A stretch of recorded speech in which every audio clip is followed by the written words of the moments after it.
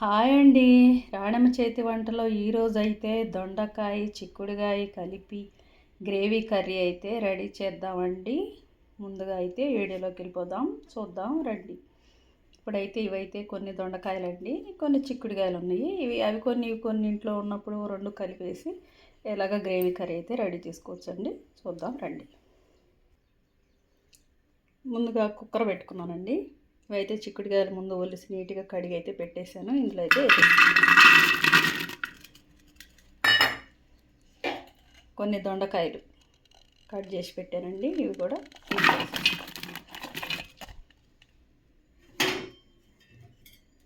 కొన్ని వాటర్ పోద్దాం.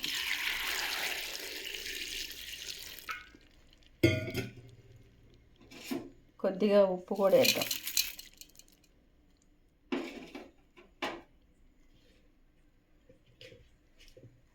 కొద్దిగా పసుపు కూడా వేద్దాం. మూత పెట్టేసి 2 విజిల్ వచ్చేంత వరకు ఉడికించుకుందాం.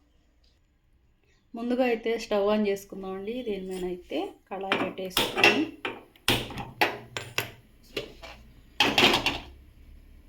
కొన్ని నువ్వులు అయితే గ్రేవీ కోసం వేపుకుందాం.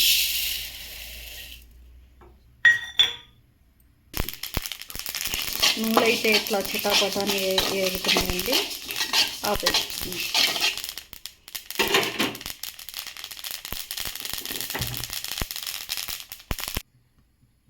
కుక్కర్ అయితే పెట్టేసుకున్నామండి గ్యాస్ మీద. ఇవైతే ఉడికించుకుందాం 2 విజిల్లు వచ్చేంత వరకు. దొండకాయలు అయితే 2 విజిల్తోటి ఇలాగైతే ఉడికినాయండి. ఇవైతే ఇప్పుడు తాలింపు పెట్టి కర్రీ రెడీ చేద్దాం. స్టవ్ ఆన్ చేసుకుందాం.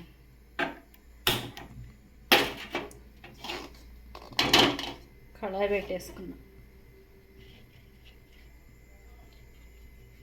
ఆయిల్ అయితే పోసేసి ఆయిల్ వేడెక్కినాయి. చిక్కుడుకాయ దొండకాయ ఉడికేలోపు అయితే ఇవన్నీ రెడీ చేసామండి. ఉల్లిపాయలు పచ్చిమిరకాయలు కోసి పెట్టాను, కరివేపాకు, కోపు గింజలు, 3 టమాటాలు అయితే మెత్తగా పేస్ట్ చేసి పెట్టానండి. మనం వేయించుకున్న నువ్వులు, దీంట్లో కొద్దిగా కొబ్బరి, కొన్ని చిన్న ఉల్లిపాయ ముక్కలు, 4 కొబ్బరి ముక్కలు వేసి అయితే మెత్తగా పేస్ట్ అయితే చేసి పెట్టానండి. ఇవన్నీ వేసి ఇప్పుడు మనం గ్రేవీ కర్రీ అయితే రెడీ చేద్దాం. ఆయిల్ అయితే వేడెక్కిందండి. కోపు గింజలు వేసేసుకుందాం.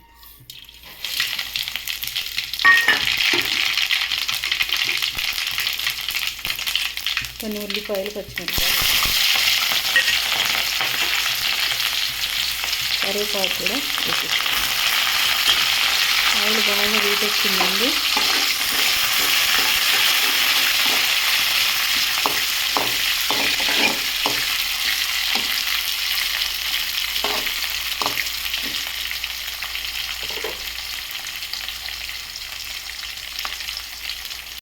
కోపు అయితే కాలిందండి.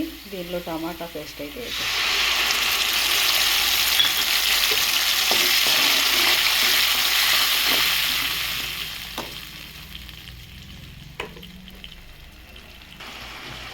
టమాటా పేస్ట్ అయితే ఉడుకుతుంది. మనం వేసి పెట్టుకున్న నువ్వులు పేస్ట్ కూడా ఇందులో వేసేద్దాం.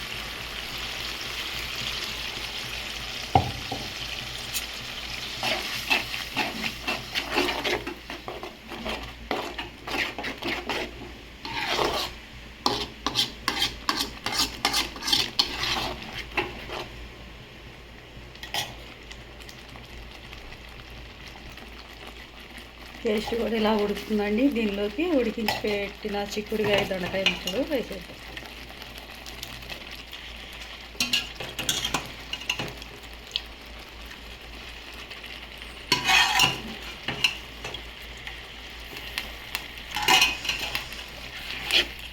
దీంట్లో అయితే పసుపు అయితే వేసుకున్నాం కదండి. కొద్దిగా గ్రేవీలో కూడా కొంచెం పసుపు, కారం, కొద్దిగా పసుపు,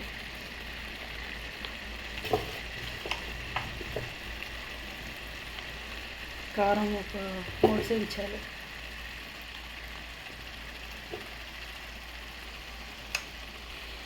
ఉప్పు కూడా 1 చెంచా వేద్దాం. అన్నీ వేసి ఇలాగా ఉడకనిద్దామండి. దీనిలో ఉడికించేటప్పుడు వచ్చిన వాటర్ ఉంది కదండి కాయలు, ఇవి కూడా ఇందులో పోసేసుకుందాం.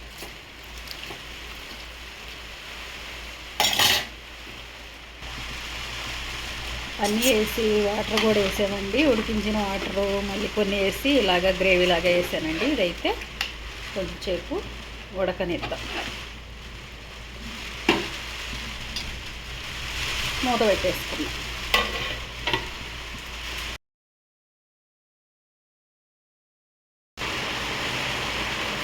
మూత అయితే తీసి చూద్దామండి. ఇలా అయితే ఉడుకుతుందండి. ఆయిల్ కూడా పైకి వచ్చేసింది. గ్రేవీ కర్రీ అయితే చాలా బాగా వచ్చిందండి. దీనిలోకి ఇప్పుడు కొత్తిమీర వేసేసుకుందాం.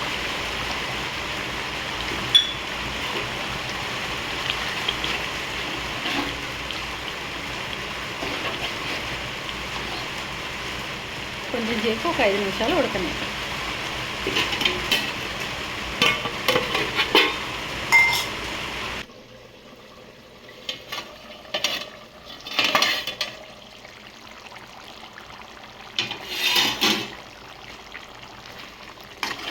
కర్రీ అయితే ఉడికిందండి. రెడీ అయిపోయింది. ఇది వేరేగా గిన్నెలోకి అయితే తీసేసుకుందాం.